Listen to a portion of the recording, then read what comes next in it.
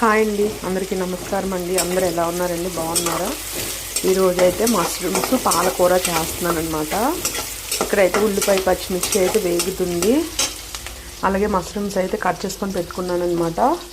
వైట్గానే ఉంది నేను తీసుకొచ్చినప్పుడు. ఒక 2 days లేట్ అయింది, అందుకే నల్లగా అయిపోయినాయి. అట్లనే పాలకూర అయితే నీట్గా కడిగేసి కట్ చేసుకొని ఉంచుకున్నాను. నేనైతే ఫస్ట్ టైం ట్రై చేయడము మష్రూమ్స్ పాలకూర. బాగుంటుంది అనుకుంటున్నాను. రెండు హెల్దీయే కాబట్టి బాగుంటుంది అనుకుంటున్నాను. ఇక్కడైతే ఉల్లిపాయ వేగుతుంది. ఇక్కడైతే నేను సలాడ్ కింద బ్రక్కోలి ఉత్తిగా తినలేం కదా, అందుకని కొద్దిగా వేయించుకుంటున్నాను. ఒక 2 మష్రూమ్స్ వేసి ఉల్లిపాయ వేగిన తర్వాత మష్రూమ్స్ అయితే వేసుకుంటున్నాను. మష్రూమ్స్లో వాటర్ వస్తుంది కదా, బాగా వాటర్ అంతా ఇంకిపోవాలన్నమాట.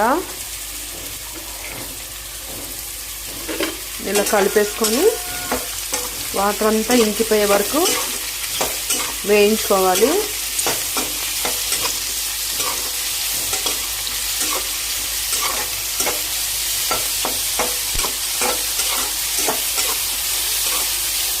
మష్రూమ్స్ ఒక 5 minutes వేయించుకున్నామండి.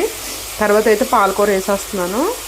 పాలకూర అయితే చాలాసార్లు కడుక్కొని నీట్గా పెట్టుకున్నాను అనమాట. వాటర్ అంతా వడగట్టేసుకున్నాను. చూడండి, ఒక్క చుక్క కూడా వాటర్ లేదు. ఇది మనం సిమ్లో పెట్టుకొని బాగా వేయించుకోవాలి, అప్పుడు బాగుంటుంది టేస్ట్.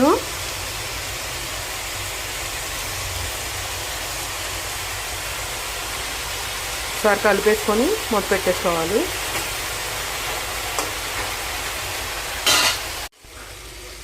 మష్రూమ్స్ పాలకూర అయితే రెడీ అయిపోయిందండి. చాలా టేస్టీగా ఉంటుంది, హెల్దీ కూడాని. ఇలాగా నేను ఒక 1/2 hour అయితే వేయించుకున్నాను. ఇంకా అంతా చూపించలేం కదా మనం, అందుకని ఇలాగ వేగిన తర్వాత చూపిస్తున్నాను అనమాట. చూడండి ఎంత బాగుందో టేస్టీగా. నచ్చితే ట్రై చేయండి మీరు కూడా. వైట్ రైస్లోకి అయితే చాలా చాలా బాగుంటుంది. ఇది కొంచెం వేసుకొని అన్నం మొత్తం కలుపుకొని తినేయచ్చు అనమాట. పాలకూర మష్రూమ్స్ కర్రీ